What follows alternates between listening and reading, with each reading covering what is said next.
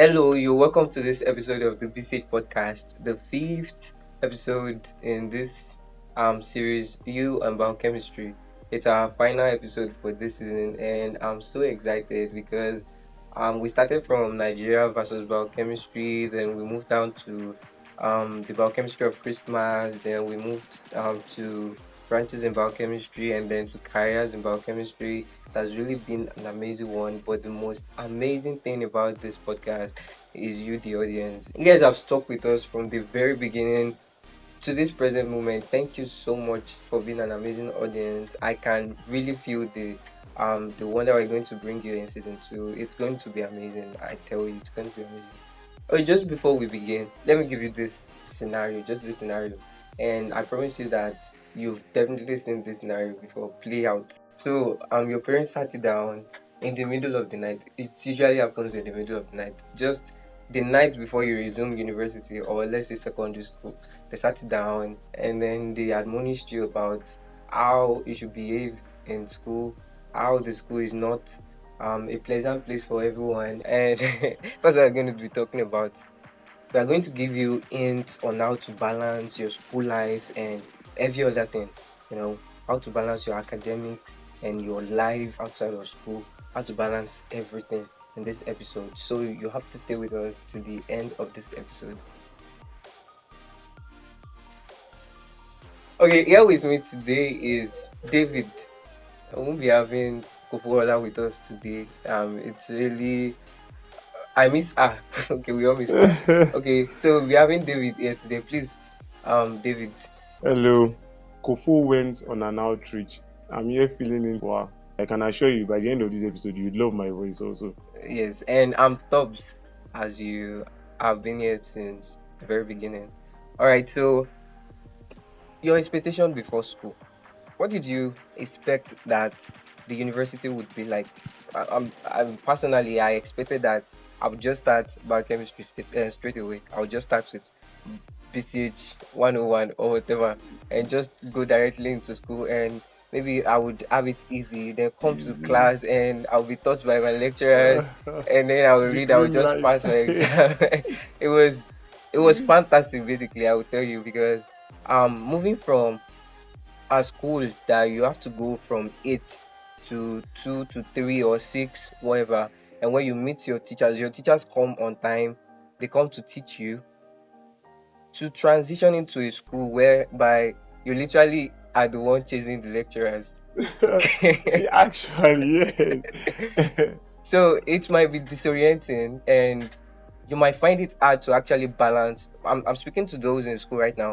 You might find it hard to actually balance your life with that kind of new experience, just because they couldn't find a way to balance their life with academics and Academics. remain steady. It's really it happens a lot.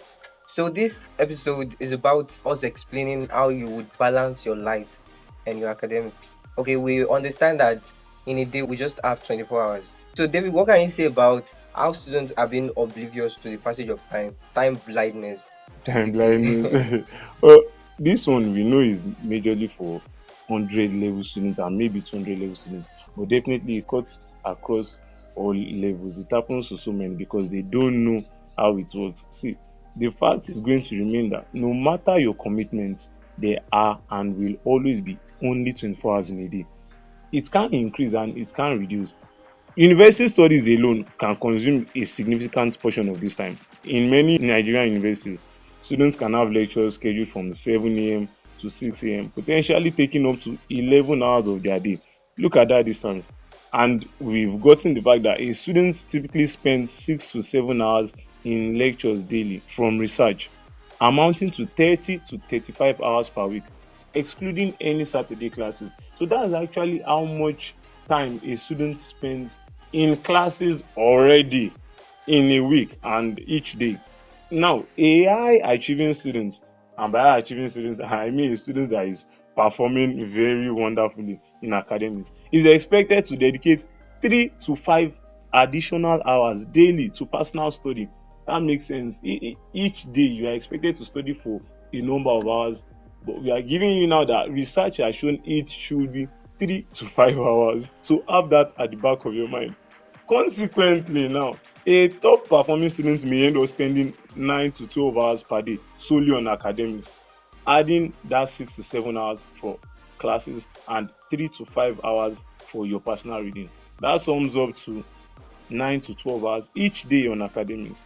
When you now factor in other academic related activities like walking to class, waiting for lectures, assignments, extra lessons, discussions you have in class, when you actually add those minutes with air quotes, minutes, the overall time dedicated to anything related to academics by top performing students each lecture day can easily extend to 12 hours or more in a day.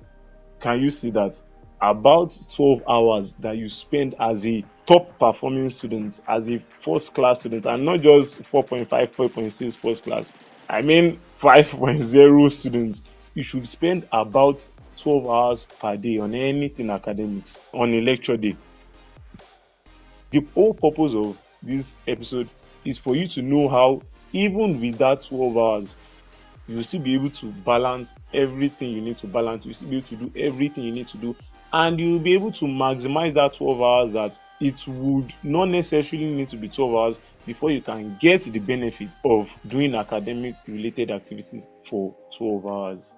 And it can really get intense to the extent that you would forget to sleep. Of course, it creeps into many students' sleep time. Definitely, many of us have done assignment overnight before. To your essentials, to things that your body needs to survive. Yes. We've seen firsthand how students will faint in the class because they didn't get to eat in the morning, and they had a very busy class. Okay, talking about that ME, there was a time I did ME 8 hours. It's like I did it overnight, and that really took a lot from me. And sleep is a necessity. It's essential. An absolute necessity. Okay, it's essential for the body. It's not just for resting. Yes, in fact, there are two parts of the brain that deal with learning whatever you are reading.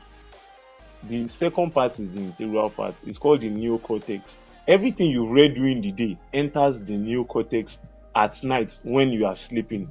In the neocortex is when all your information that you have is arranged properly for you to understand what you have. That's actually one importance of sleep, but most students don't even know. So ideally, you should get 7 to 9 hours, according to scientists, to bring your body back to peak condition. To bring your brain back to maximum capacity. Okay, to function the next day, to function properly the next day, you need 7 to 9 hours. But I won't be an hypocrite and tell you to sleep 7 to 9 hours. Of course, I'm advising you to sleep 7 to 9 hours. But myself, I only sleep 5. Wow. When I've read this, I'll try 7 hours. You have to try 7 hours. Okay, but high achieving students, they prioritize the rest. Okay, you have to rest. You have to rest your brain. You are not a machine. Even machine breaks down. Okay, after too much use, they break down.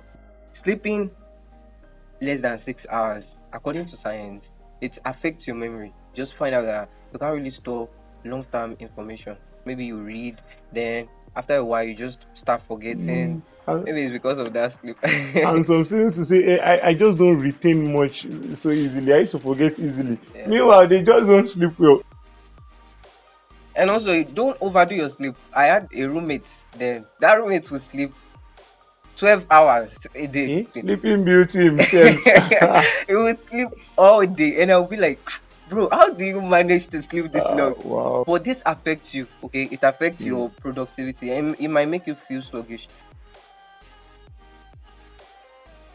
On a typical lecture day now, a high-performing student may already be using up to 12 hours for academics and 8 hours for sleep, like how we mentioned. This leaves just about 4 hours for everything else in that high-performing student, like for that lecture day. The school system, Nigeria school generally, it was created to take most of our time. I don't know if you've noticed that, folks. The system of universities, the design is that these students shouldn't have too much time for other things, because we want these students to be so good at the course they are studying. So we need to make that student devoted with more time. That's how it is. That's why a student is constantly busy. The higher your level, in fact, the more tedious it is. Really, you can ask anyone in an higher level. So supposing that high performing student was you who is listening to us right now on lecture days, how are you using those 4 hours? So now that you know that the best way to make the most of your time is by time management or self-management, we'll be presenting some ways by which you can evaluate your time. Okay, and for each question that we ask, think about your own answer before listening to our discussion, before listening to our own breakdown. Okay, question one: what do you truly prioritize? What you prioritize determines what you spend the most of the day doing. Okay, and if you prioritize less impactful, less productive activities, you would end up seeing that you would end up realizing or discovering that your day was not productive at all. If you Mm. spend more time binge watching Korean films, Mm, spending time on things that give you just short bouts of dopamine, things mm, that just give mm, you pleasure for the short time, not things that would impact your life long term, mm. you would see that you just spent the whole day doing nothing. As a student, know that you prioritize study. So do you spend most of the day studying, or do you spend most of the day just walking around the campus, gossiping, talking? I mean, actually, Or spending time on things that do not really profit you or do not help your academics in any way. mm, So think about that carefully. Think about what you prioritize, what you take as your priority, what you take as the main thing. That affects the rest of your day. That mm, affects the rest of the things you do in every day. And there are some specific time that you prioritize some things above all others. Maybe you are a religious person or you take part in extracurricular activities. During exam, you should prioritize reading more, not yes, extracurriculars, not religious actually, activities. There's time for everything. that's Okay. sincerely just So there's time for everything. At this time you should prioritize studying more. Revising for your exams and your tests. Not going and doing retreats around that. actually Not yes. going on retreats around that time. Not like it's bad, but Not it's yeah. the time. It's just the time. Yeah. Because your academic needs you at that time. Your exam needs you at that time. Rightly said. So at that time, read. Read. Now, question two: does social media actually help you? Hmm. Does it? That's a big question. Now, listen, social media deserves a special mention here. Like you can see it's number two here because it's a major time drain, whether you like it or not, if you use it a lot. Yet, it doesn't always feel that way. You know, you who is listening to me, you know already that sometimes you just enter YouTube that you are bored, you just want to check out some videos, or TikTok, and then before your boredom will end, 3 hours will have already gone. So social media is something you don't actually notice when it's draining your time. Why? Because it is designed to keep you engaged. Now there are many things people don't know about all social media. There is something called doom scrolling in social media. Instead of stopping at a natural end, like a book or newspaper, when you are in a social media app, the feeds are bottomless. You know that already. No matter how much you scroll in Facebook, you can't reach a Yeah. specific end.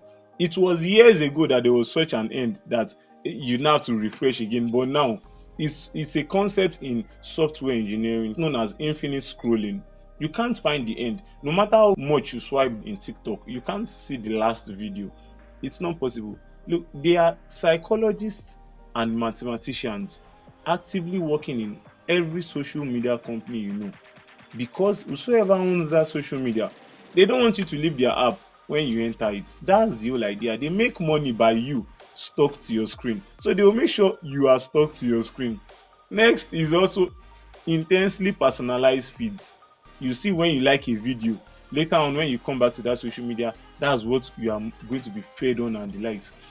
There are different algorithms. Algorithms are actually complex mathematical formulae that are gathered together to make sure the next video you watch is selected by the social media platform, just to keep you hooked for hours without realizing it. Now I want to give you a challenge here. check your phone screen time for the past 5 days. A screen time for your phone, you'll be able to find it in your settings for apps and notifications, whichever phone you have. Check it and look at how much you've spent, how many hours each day you spent on any social media platform at all. Sum it all up and understand how much scrolling you are doing more than studying. And so number three, do you first think of multitasking? And I'm not talking about, you know, trying to watch an anime, then trying to watch YouTube together, and then minimizing the screen. Because when we say all is All is multitasking. multitasking. So I'm talking about putting things that complement each other, things that would not affect each other, putting them together. Maybe you are walking to school, okay, and you think I can make a recording of what I've read, then listen to it on my way to school. Then Wow, by that that's way, I nice. can keep my brain active. That's the kind of While the multitasking I'm body is talking about. working. Yeah. So you keep your brain working. Okay, that time that you are active. Okay, you keep your brain active. You keep your brain working. All right.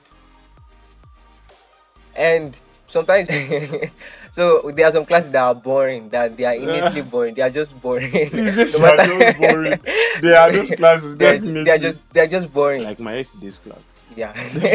Like my several classes. So classes are just boring. So what do you do during those classes?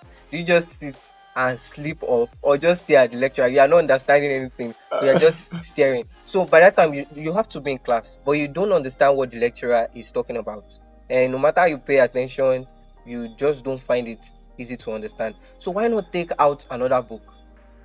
I'm not teaching you to be a bad kid. Why not take out another book, and the book you can study at that time, and study it so that when you understand that in that period, then later on you can pick that lecturer's notes and read it outside of that class. If that class bores you, okay, read another note that you can read during that class. Read it in that class. These small adjustments, they add more productivity to your day. They add more meaning to everything you do. Right? Question 4.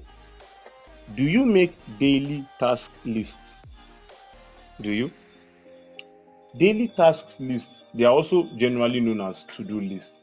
But calling it that will be quite boring. To-do list is too general. But in this, whether you write or you use your notepad on your phone, you make a list of every activity you want to make sure you complete in the next day. It helps a great lot. Planning ahead before the day starts can do 3 major things to you. Help you stay focused, help you ensure you don't waste time deciding what to do next. And you likely have been caught up with this one particular day where you finish the activities you thought of doing during that day, but then you don't now know what to do next. Meanwhile, you still have tasks ahead of you. It's just you didn't revise them, or you just didn't remember them at that point in time. Then later that night, you'd now be like, oh, and I wanted to do this thing this day, oh, but I just remember. So to avoid such, make daily task lists. It also makes it easier for you to track your progress. Checking your today's progress helps you determine how well you keep to your future plans. Question 5. Who do you surround yourself with? I want you to internalize that question and answer it yourself. Who do you surround yourself with? Because we hear this adage a lot. Show me your friend and I'll tell you who you are. Like, I can tell you it's really important who you move with. Who you move with affects your grades. It affects your productivity each day. If it affects how you manage your time. Just imagine leaving class after 6 hours of lecture, then going to party. And then you'll be like, I don't have time for this, I don't have time for that. Really? Then going to party, and you will end up not having time the rest of the day. Okay, then going to party, then after the party you just crash on your bed and waste the whole day. You know, your roommates, your course mates, people you move with in your extracurriculars, in your place of worship, they affect everything you do. They affect your productivity. The people you move with, if they are inspiring people, maybe they are people who would inspire you to read and study more, or there are people who would tell you that you will pass even if you don't read. You just need to listen here, listen there, copy And assignments, gather and gather information, internal information. information. If you are moving with those kind of people, I can assure you that you won't end up with good grade, even if you are a bright student. Yes, they used to say it often that you can't be who you are not, but you will be who you are with. Word. Word. Question 6. Do you have an addiction? Now, I don't mean the general addiction of the brain, those common ones, Fanta addiction. Fanta, as in Fanta drink. Yeah, Eh? you've not heard of Fanta addiction. Wow, maybe the way they put some things inside there, I don't know anyway. So, yeah, it's not general one like hard drugs and the like. Well, let's look at this in a philosophical aspect. Philosophically, addiction can be understood as a conflict between freedom and necessity, desire and control, or identity and dependence. So ask yourself these questions. What is that thing that you depend on so badly that it has been used to identify you? Or what is that stuff that you desire it so badly, it now in a way controls you or controls your decisions? That is what exactly we are referring to, not just drugs. So think about sleep addiction, perhaps, always sleeping when you should be studying, for instance, or mobile gaming, spending hours on games at the cost of your productivity, or endless social media scrolling, like how we had spoken about earlier, where you now lose your track of time online. If any of these apply to you, it might be time to reassess your habits. We call them habits, but habits grow into things later on. If they are good habits, we'd love them to grow. But when they are bad habits or negative habits, it turns out terrible and becomes addiction at some point. So, are you truly using your time wisely? Question 7. Are you learning how to learn? Do you really understand what it means to learn? Do you just spend time reading all day? You're not actually learning. You're not actually, you know, when you learn, you already understand some method to understand specific things. Maybe you want to learn your chemistry. Let's say you want to learn color change, during reaction. And you understand that you can't just cram everything. You have to practicalize it. That's a way to learn that. All right. Maybe you want to learn something in project management. You understand that it's mostly reading. So you understand that you have to study a lot for that, not practical. So you learn by understanding the specific method that you would use to gain the most from a particular course or topic. There are some methods to which you study. Do you understand that some people can read on a stretch? They can read 2 hours Without stopping. without stopping. And you understand that you can only read for maybe 20 minutes. There are special techniques to reading. There is Pomodoro technique where you just set some time, read for some time, then you rest for some time, then read again. Alright, so there are techniques. When you understand these techniques to learning, to studying, to gaining something, then you actually begin to learn. Question 8. Are you managing stress or just ignoring it? Because it makes a big difference. Look, academic burnout is very real. Do you recognize when you are mentally exhausted? Personally, I definitely know when I am. When I'm mentally exhausted, I just be sad for no reason. I just not like to talk to people so much. Meanwhile, I'm actually mentally stressed out. That's why. So anytime I feel that way, I usually go to listen to music. That's my go-to method of getting out of that point. And I don't do anything mentally strenuous. So how do you handle overwhelming workloads? Do you break tasks down or you procrastinate? And see, if you don't have time to rest during a busy day, you are not optimizing your time because even resting takes time.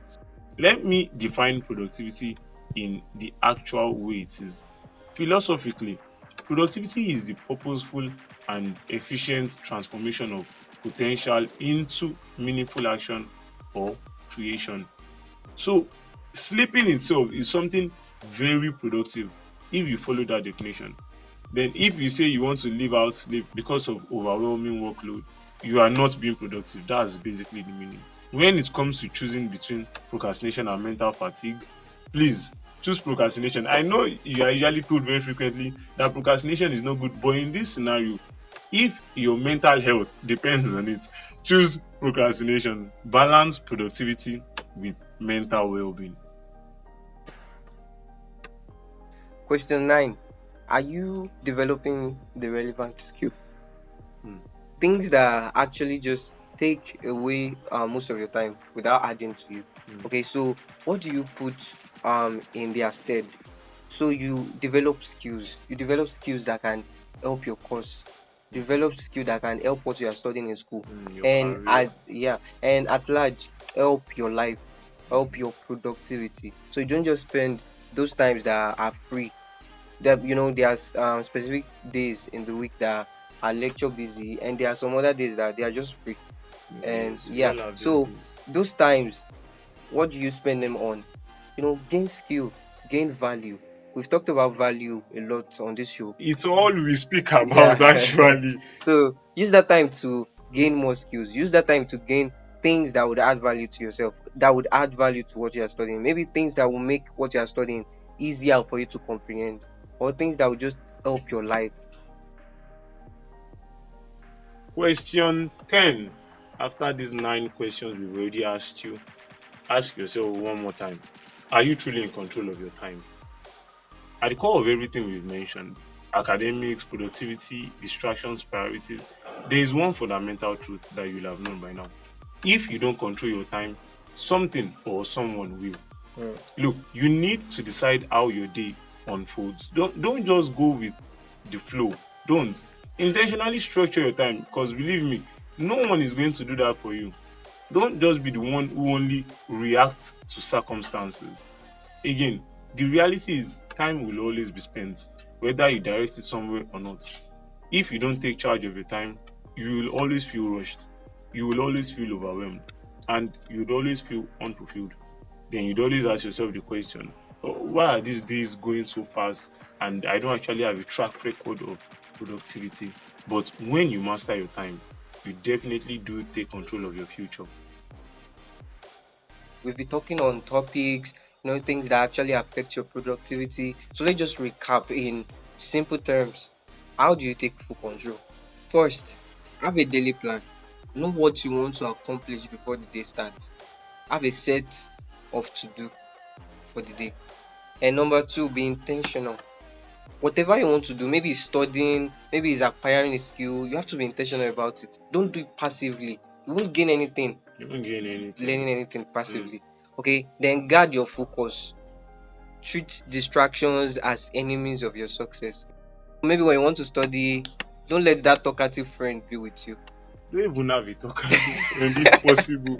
Because if it's a friend, he or she will always want to be with you. Yeah. So, So, okay, anyway. but just in case you have one talkative. Okay, just in case. All right. Then the last one, measure your progress.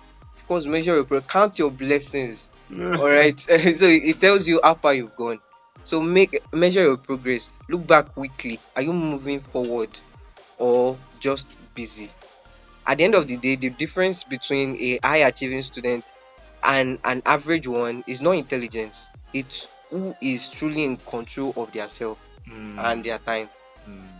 So ask yourself, are you in charge of your time, or is your time in charge of you? Hey, that one enter.